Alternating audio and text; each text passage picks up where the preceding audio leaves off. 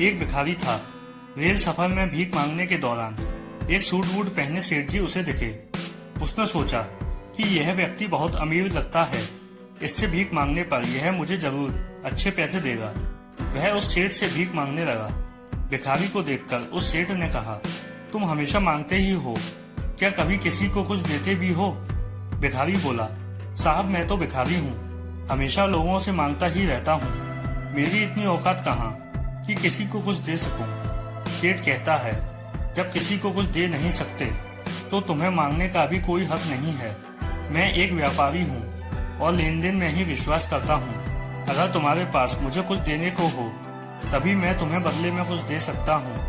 तभी वह स्टेशन आ गया जहाँ पर उस सेठ को उतरना था। वह ट्रेन से उतरा और चला गया। इधर भिखारी सेठ की कही गई बात के बारे में सोचने लगा। सेठ के द्वारा कही गई बात उस भिखारी के दिल में उतर गई। वह सोचने लगा कि शायद मुझे भीख में अधिक पैसा इसलिए नहीं मिलता क्योंकि मैं उसके बदले में किसी को कुछ दे नहीं पाता हूँ। लेकिन मैं तो भिखारी हूँ, किसी को कुछ देने लायक भी नहीं हूँ। लेकिन कब तक मैं लोगों को बिना कुछ दिए केवल मांगता ही रहूंगा। बहुत सोचने के बाद भिखारी ने निर्णय किया कि जो भी व्यक्ति उसे भीख देगा तो उसके बदले में वह भी उस व्यक्ति को कुछ जरूर देगा। लेकिन अब उसके दिमाग में यह प्रश्न चल रहा था कि वह खुद भिखारी है तो भीख के बदले में वह दूसरों को क्या दे सकता है। इस बात को सोचते हुए दिन भर गुजरा, लेकिन उसे अपने प्रश्न का कोई उत्तर नहीं मिला। दूसरे दिन जब वह स्टेशन के पास बैठा हुआ था तभी उसकी नजर कुछ फूलों पर पड़ी जो स्टेशन के आसपास के पौधों पर खिल रहे थे। उसने सोचा, क्यों ना मैं लोगों को भीख के बदले कुछ फूल दे दिया करूं। उसको अपना यह विचार अच्छा लगा और उसने वहां से कुछ फूल तोड़ लिए। वह ट्रेन में भीख मांगने पहुंचा। जब भी कोई उसे भीख देता तो उसके बदले में वह भीख देने वाले को कुछ फूल दे देता। उन फूलों को लोग खुश होकर अपने पास रख लेते थे। अब भिखारी रोज फूल तोड़ता और भीख के बदले में उन फूलों को लोगों में बांट देता था। कुछ ही दिनों में उसने महसूस किया कि अब उसे बहुत अधिक लोग भीख देने लगे हैं। वह स्टेशन के पास के सभी फूलों को तोड़ लाता था।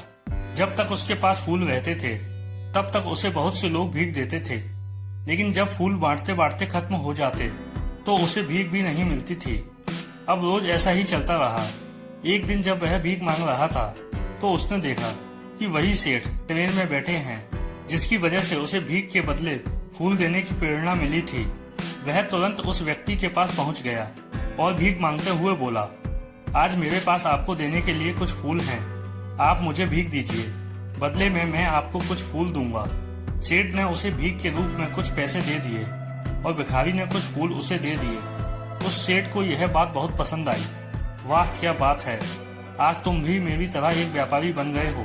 इतना कहकर फूल लेकर वह सेठ स्टेशन पर उतर गया। लेकिन उस सेठ द्वारा कही गई बात एक बार फिर से उस भिखारी के दिल में उतर गई।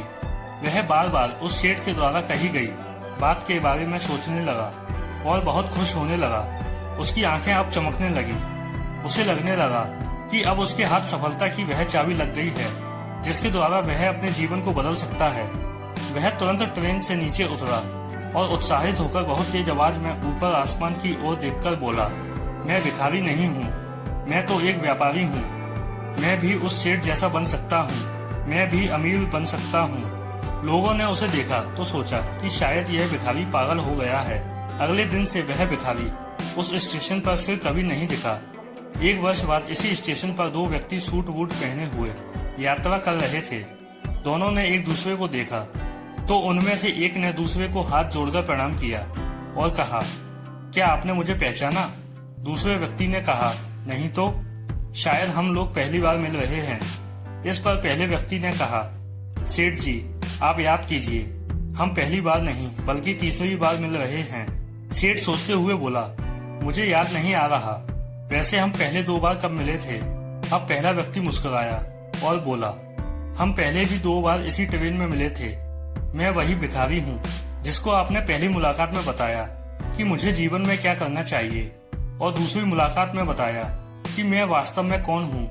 नतीजा यह निकला कि आज मैं फूलों का एक बहुत बड़ा व्यापारी हूँ और इसी व्यापार के काम से दूसरे शहर जा रहा हूँ। आपने मुझे पहली मुलाकात में प्रकृति का नियम बताया था जिसके अनुसार हमें तभी कुछ मिलता है जब हम कुछ देते हैं।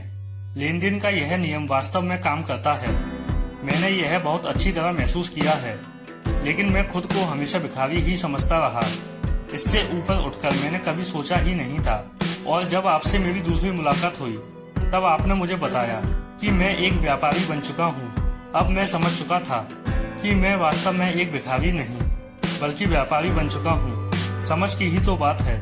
भिखारी ने स्वयं को जब तक भिखारी समझा वह भिखारी रहा, और जब उसने स्वयं को व्यापारी मान लिया व्यापारी बन गया।